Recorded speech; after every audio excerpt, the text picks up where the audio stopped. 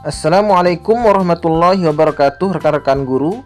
Kali ini kita akan belajar soal dan pembahasan Pretest PPG Prajabatan tahun 2022, materi Bahasa Indonesia bagian pertama. Namun sebelumnya jangan lupa untuk like, komen, share, dan subscribe untuk mendukung Johri Indonesia Channel. Baiklah rekan-rekan guru, kita mulai dari soal yang pertama. Soal yang pertama ini terkait dengan analisis puisi. Nah, soal-soal semacam ini banyak sekali yang keluar pada soal Pretest PPG dalam jabatan tahun 2022 kemarin. Puisi Surat Cinta karya Gunawan Muhammad.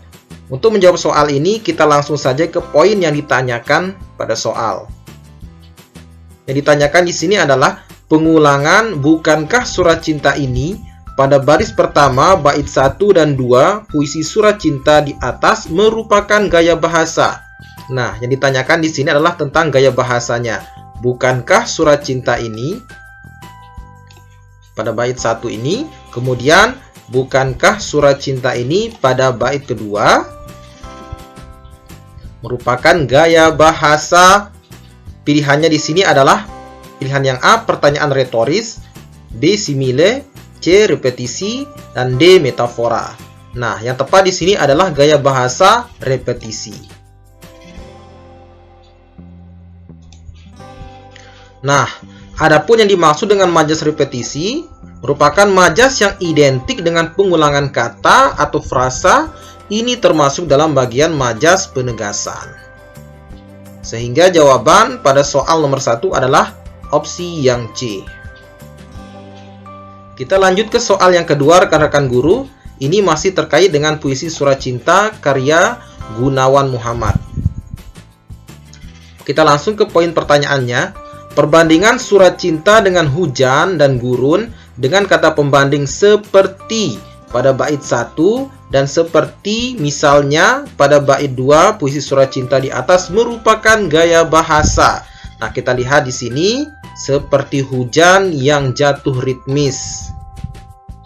Kemudian di sini seperti misalnya gurun yang lelah dilepas embun cahaya. Nah, yang ditanyakan adalah gaya bahasa apa? Pilihan yang A, pertanyaan retoris, B, simile, C, repetisi, D, metafora. Ingat, kalau ada kata-kata seperti, misalnya, bak, bagaikan, itu merupakan gaya bahasa simile. Jadi jawaban yang tepat adalah pilihan yang B. Simile atau perumpamaan sifat atau sikap antara dua hal yang berbeda. Majas simile adalah pengandaian dari perbandingan dua hal yang secara logika sangat berbeda. Kita lanjut ke soal nomor 3 rekan-rekan guru. Ini masih terkait dengan puisi karya Gunawan Muhammad yang berjudul Surat Cinta. Pertanyaannya masih seputar gaya bahasa. Pertanyaannya di sini, bukankah surat cinta ini ditulis pada bait pertama dan bukankah surat cinta ini berkisah pada bait kedua? Puisi Surat Cinta di atas merupakan gaya bahasa. Kita lihat di sini pada bait pertama, bukankah surat cinta ini ditulis? Kemudian pada bait kedua, bukankah surat cinta ini berkisah? Ini merupakan gaya bahasa pertanyaan retoris. Jadi jawaban yang tepat adalah pilihan yang A. Adapun yang dimaksud dengan pertanyaan retoris adalah majas yang berupa pertanyaan yang sebenarnya tidak perlu dijawab. Karena jawaban atau maksud si penanya sudah terkandung dalam pertanyaan tersebut. Jadi inilah yang dimaksud dengan gaya bahasa pertanyaan retoris. Sehingga jawaban yang tepat untuk soal nomor 3 ini adalah opsi yang A rekan-rekan guru. Kita lanjut ke soal nomor 4 rekan-rekan guru. Ini masih tentang puisi, yaitu puisi Surat Cinta karya Gunawan Muhammad. Pertanyaannya, frase hujan yang jatuh ritmis pada puisi Surat Cinta di atas mengandung citraan. Yang ditanyakan di sini adalah citraan.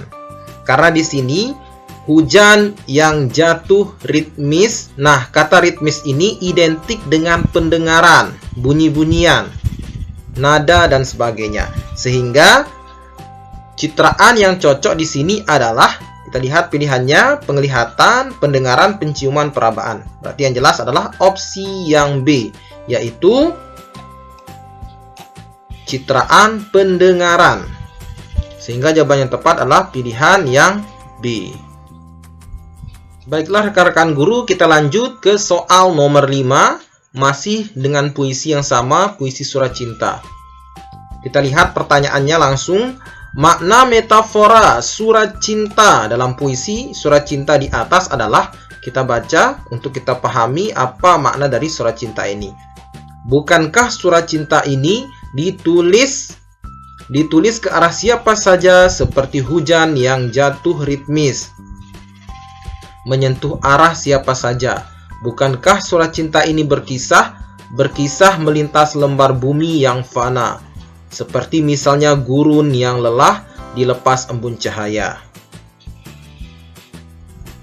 Makna metafora surat cinta dalam puisi Surat Cinta di atas adalah, kita lihat opsi yang A, tanda cinta seseorang pada kekasihnya.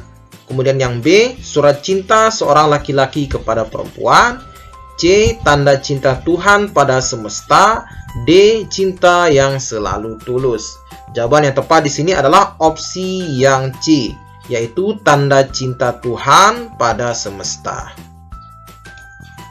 Karena dari bait-bait puisi ini dapat kita ketahui terdapat kata-kata yang menunjukkan kasih sayang Tuhan yang begitu besar kepada alam semesta ini. Kasih sayang Tuhan yang tidak pandang bulu, yang tidak pilih kasih. Tuhan memberikan kasih sayangnya kepada seluruh makhluk, kepada alam semesta. Sehingga jawaban yang paling tepat adalah opsi yang C, yaitu tanda cinta Tuhan pada semesta. Kita lanjut ke soal nomor 6 rekan-rekan guru. Kita langsung baca pertanyaannya di sini.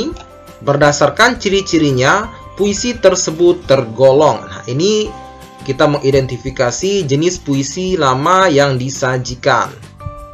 Wanita muda mengenakan gaun biru, kupetik bunga kusematkan di rambutmu. Pohon berakar tinggi menjulang, rajin belajar sesal tak diulang. Nah, berdasarkan ciri-ciri yang terdapat pada puisi ini, maka ini merupakan jenis puisi lama, yaitu pilihan yang B rekan-rekan guru, Carmina.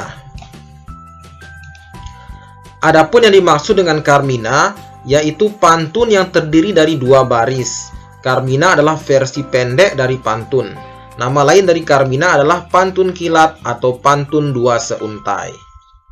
Nah, karena kita lihat di sini jenisnya, kita lihat yaitu pantun 2 seuntai, terdiri dari 2 baris pada tiap baitnya.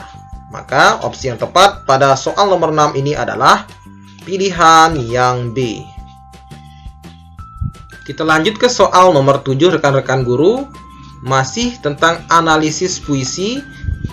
Ini kita menganalisis tentang persajakannya, jenis persajakan yang digunakan oleh puisi ini. Kita perhatikan bait pertama, wanita muda mengenakan gaun biru, kupetik bunga kusematkan di rambutmu. Kemudian bait kedua, pohon berakar tinggi menjulang, rajin belajar sesal tak diulang. Ada kata berakar, ada kata belajar. Pasangan kata yang bersajak sempurna dari puisi di atas adalah, kita lihat di sini muda, bunga. Ada di sini muda, kemudian bunga. Biru rambutmu, yang ini akar, belajar pada bait kedua. Kemudian yang D, menjulang, diulang.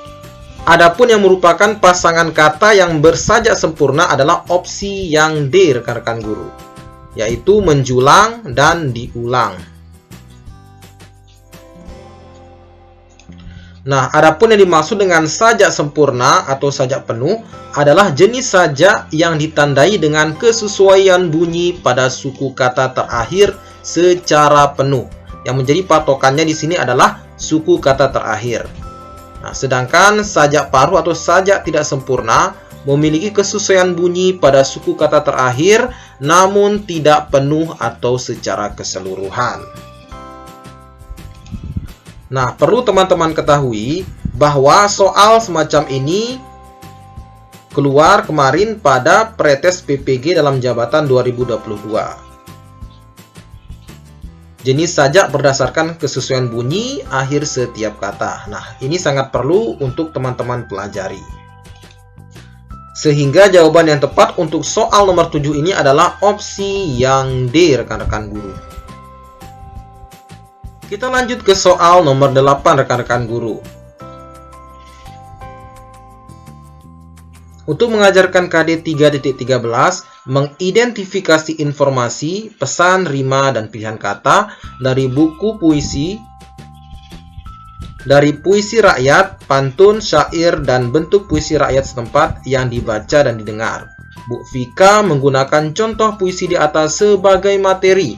Nah, soal-soal seperti ini banyak sekali yang keluar pada Pretes PPG dalam jabatan 2022 kemarin. Sehingga silakan teman-teman untuk memperbanyak latihan terkait dengan soal-soal semacam ini. Pilihan yang A, konseptual, B, faktual, C, prosedural, D, metakognitif. Nah, adapun yang dimaksud dengan materi faktual berisi contoh terkait dengan materi. Kemudian, metakognitif berisi konsep yang berkaitan dengan contoh di kehidupan sehari-hari. Konseptual berisi konsep-konsep terkait dengan materi, dan yang terakhir adalah prosedural berisi tahapan yang terkait dengan materi. Karena di sini kata kerja operasionalnya adalah mengidentifikasi informasi, sehingga materi yang paling cocok di sini adalah materi faktual, yaitu pilihan yang B. Sehingga jawaban yang tepat adalah opsi yang B, rekan-rekan guru. Baiklah rekan-rekan guru, kita lanjut ke soal nomor 9. Berikut ini yang bukan aspek penilaian untuk KD 3.13, mengidentifikasi informasi berupa pesan, rima, dan pilihan kata atau diksi dari puisi rakyat berupa pantun, syair, dan puisi rakyat setempat yang dibaca dan didengar adalah, kita lihat, pilihan yang A, ketepatan mengidentifikasi jenis puisi rakyat, B, ketepatan menentukan rima atau persajakan dalam puisi rakyat. Ini sudah tepat. Kemudian yang C, ketepatan menentukan pilihan kata atau diksi dalam puisi rakyat. Ini juga sudah sesuai. Pilihan yang D, ketepatan menjelaskan amanat dalam puisi rakyat. Amanat di sini bisa berarti pesan. Sehingga ini juga sudah sesuai. Yang tidak sesuai atau bukan aspek penilaian adalah ketepatan mengidentifikasi jenis puisi rakyat. Sehingga jawaban yang tepat adalah pilihan yang A.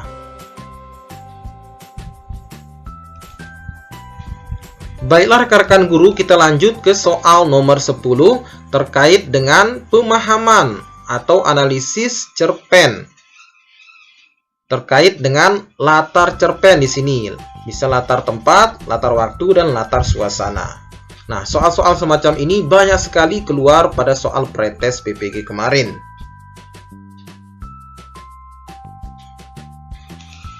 Nah, untuk menjawab soal ini kita tidak perlu membaca berlama-lama cerpennya. Langsung saja kita baca pertanyaannya. Berikut ini yang bukan latar cerpen di atas, yang tidak termasuk latar dari cerpen di atas. Ada di sini siang hari, pasar tradisional, Venezuela, Kali Emberok, Semarang. Kita langsung saja. Semburat cahaya mentari menyilaukan pandanganku. Berarti jelas ini adalah siang hari. Sengatan teriknya memanggangku. Ini juga menunjukkan bahwa ini adalah siang hari. Kemudian kita cari latar yang lain. Ada di sini pasar tradisional. Berarti ini sudah tepat. Kemudian kita lihat di sini Kali Emberok. Nah, Kali Emberok ini juga termasuk latar tempat. Sehingga latar yang tidak sesuai pada cerpen di atas adalah pilihan yang C, yang tidak termasuk. Jawaban yang tepat adalah opsi yang C. Kita lanjut ke soal nomor 11 rekan-rekan guru. Kita langsung saja kepada apa yang ditanyakan oleh soal ini. Pada paragraf pertama, gambaran suasana cerita menggunakan majas personifikasi, yaitu pada kalimat berapa? Majas personifikasi berarti penggambaran benda mati seolah-olah berperilaku seperti manusia. Kita lihat paragraf pertama, kalimat pertama, semburat cahaya mentari menyilaukan pandanganku. Sengatan teriknya memanggangku. Nah, ini jenis majas personifikasi. Sengatan teriknya memanggangku tanpa pamrih. Kalimat kedua. Kalimat ketiga, aroma anyir kembali menusuk hidungku. Ini juga merupakan majas personifikasi. Kita lihat kalimat keempat. Tumpukan sampah yang berserakan mengenai jemari kakiku yang beralas sandal jepit. Pasar tradisional berlautan manusia. Pasar tradisional berlautkan manusia, ku terjang dengan sigap, cucuran peluh membasahi wajah Cinaku. Jadi, kalimat yang mengandung majas personifikasi pada paragraf pertama ini adalah kalimat 2 dan 3. Sehingga jawaban yang tepat adalah opsi yang B. Kita lanjut ke soal nomor 12 rekan-rekan guru. Pak Yusuf akan mengajarkan KD 3.9. Menganalisis unsur-unsur pembangun cerita pendek dalam buku kumpulan cerita pendek. Adapun pertanyaannya di sini, dalam pembelajaran cerpen Cheng Ho di balik etalase budaya Semarang, karya Khadijah Wafi tersebut dapat digunakan Pak Yusuf sebagai pilihannya di sini media pembelajaran. Ini juga sudah tepat digunakan sebagai media pembelajaran. Kemudian materi pembelajaran ini juga sudah tepat. Evaluasi pembelajaran ini juga sudah tepat, sehingga jawaban yang benar di sini adalah opsi yang D, yaitu pilihan A, B, C benar. Jawaban D ini benar karena menganalisis di sini, KD menganalisis 3.9 di sini dapat digunakan sebagai evaluasi dalam pembelajaran. Kemudian, buku kumpulan cerita pendek dapat digunakan sebagai media pembelajaran. Kemudian, isi dari cerpen Cheng Ho di balik etalase budaya Semarang ini dapat dijadikan sebagai materi pembelajaran. Sehingga jawaban yang sangat tepat adalah pilihan yang D, rekan-rekan guru. Kita lanjut ke soal yang ke-13. Dalam pembelajaran, Pak Yusuf menggunakan pendekatan saintifik. Pak Yusuf meminta siswa secara berkelompok berdiskusi menemukan unsur-unsur intrinsik dalam cerpen, kemudian menyajikan hasilnya ke dalam kertas plano. Pertanyaannya di sini, langkah-langkah pembelajaran tersebut merupakan sintak. Nah, perlu kita ketahui bahwa pendekatan saintifik itu memiliki beberapa sintak, di antaranya meliputi mengamati, menanya, kemudian mengeksplorasi, mengasosiasi, dan mengkomunikasikan. Adapun langkah-langkah pembelajaran yang dilakukan oleh Pak Yusuf ini adalah termasuk sintak dari mengasosiasi, yaitu pilihan yang B. Jadi jawaban yang tepat adalah opsi yang B, rekan-rekan guru. Kita lanjut ke soal yang ke-14. Berikut ini pertanyaan yang tidak tepat dalam LKPD atau lembar kerja peserta didik untuk KD 3.9 menganalisis unsur-unsur pembangun cerita pendek dalam buku kumpulan cerita pendek adalah. Kita lihat opsi yang A, apakah tema cerpen yang kalian baca? Ini juga sudah tepat. Kemudian yang B, siapa saja tokoh dan bagaimana watak tokoh dalam cerpen tersebut? Ini sudah tepat terkait dengan unsur-unsur pembangun cerpen, karena di sini ada unsur penokohan di sini. Kemudian yang C, alur pada cerpen tersebut termasuk jenis alur apa? Ceritakan cerpen tersebut sesuai rangkaian alurnya. Ini juga sudah sesuai karena ini menanyakan tentang alur yang digunakan dalam cerita pendek tersebut. Kemudian yang D, nilai-nilai kehidupan apakah yang dapat kalian temukan dalam cerpen? Nah, ini tidak sesuai dengan unsur-unsur pembangun cerita pendek. Jadi, jawaban yang tepat di sini adalah opsi yang D, rekan-rekan guru. Kita lanjut ke soal yang ke-15 rekan-rekan guru. Disajikan sebuah hikayat di sini, hikayat yang berjudul Hikayat Bayan Budiman. Kita langsung lihat pertanyaannya. Potongan hikayat di atas menunjukkan ciri. Silakan teman-teman cermati hikayat berikut ini untuk menemukan ciri-ciri yang terdapat pada hikayat ini. Nah, adapun ciri yang paling menonjol pada hikayat ini, kita lihat pilihan yang A menggambarkan keagungan dan kepahlawanan, tidak. Kemudian pilihan yang B anonim, pilihan yang C mengangkat latar kehidupan kerajaan, ini juga tidak. Kemudian yang D tokoh-tokoh yang memiliki kesaktian, ini juga tidak. Ciri yang paling menonjol pada hikayat ini adalah pilihan yang B rekan-rekan guru, yaitu anonim. Hikayat ini tidak diketahui siapa pengarangnya. Sehingga jawaban yang tepat adalah opsi yang B. Baiklah rekan-rekan guru, kita lanjut ke soal nomor 16. Di sini disajikan naskah drama. Dalam teks drama, tak ada bintang di dadanya. Terdapat kalimat dalam tanda kurung dan ditulis miring yang menggambarkan lakuan para tokoh. Kalimat tersebut merupakan, nah kalimat yang dimaksud di sini adalah yang ini, lalu menyeruput kopi dari gelas. Kemudian kalimat yang dalam kurung, sambil bicara istri mengambil sapu dan membersihkan lantai. Nah, kalimat ini disebut dengan apa? Pilihan yang A monolog, B teks samping atau keramagung, C epilog, D katastrof. Jawaban yang tepat adalah opsi yang B rekan-rekan guru, yaitu keramagung atau teks samping.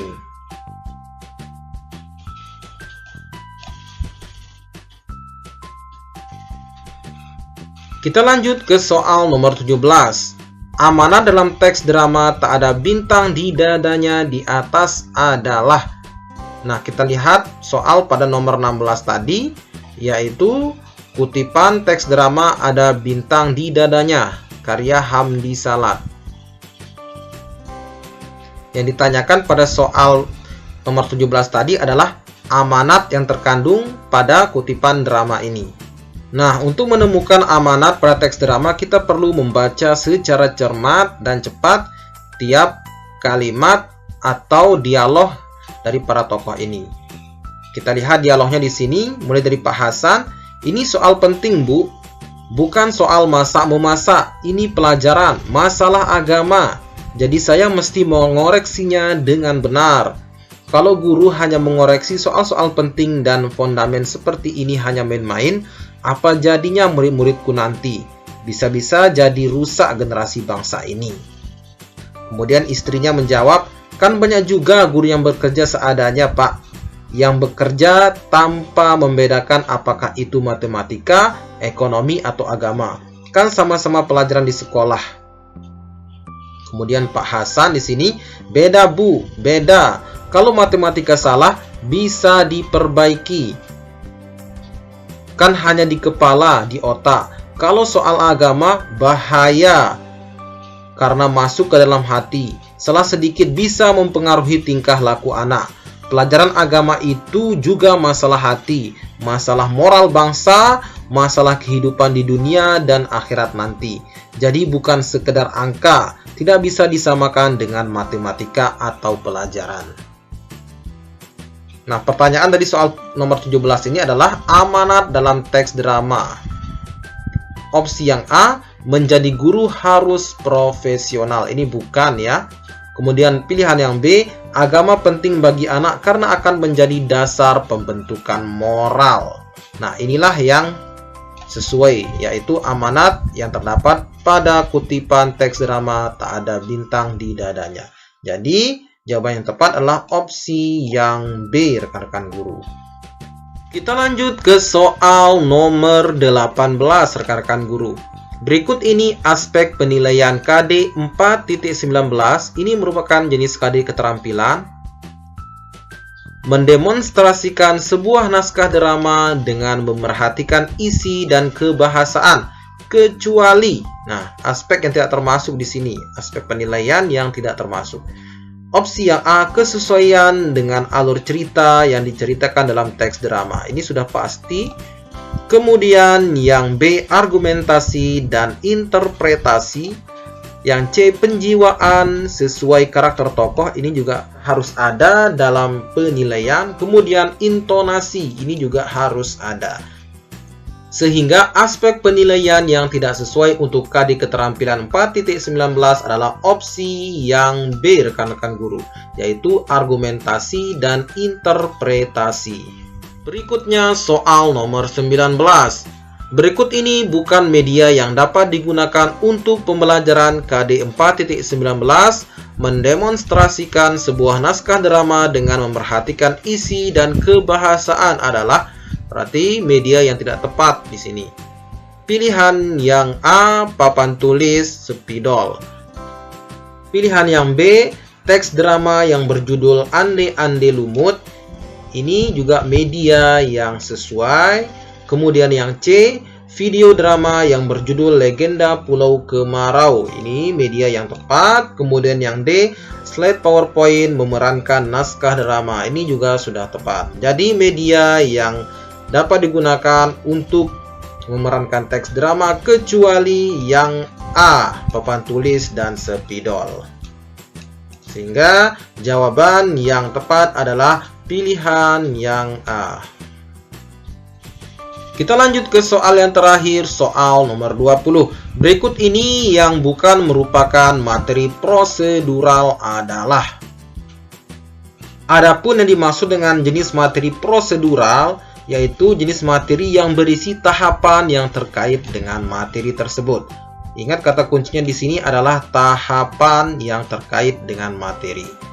Kita lihat pilihan yang A, melakukan penilaian terhadap pemeranan tokoh.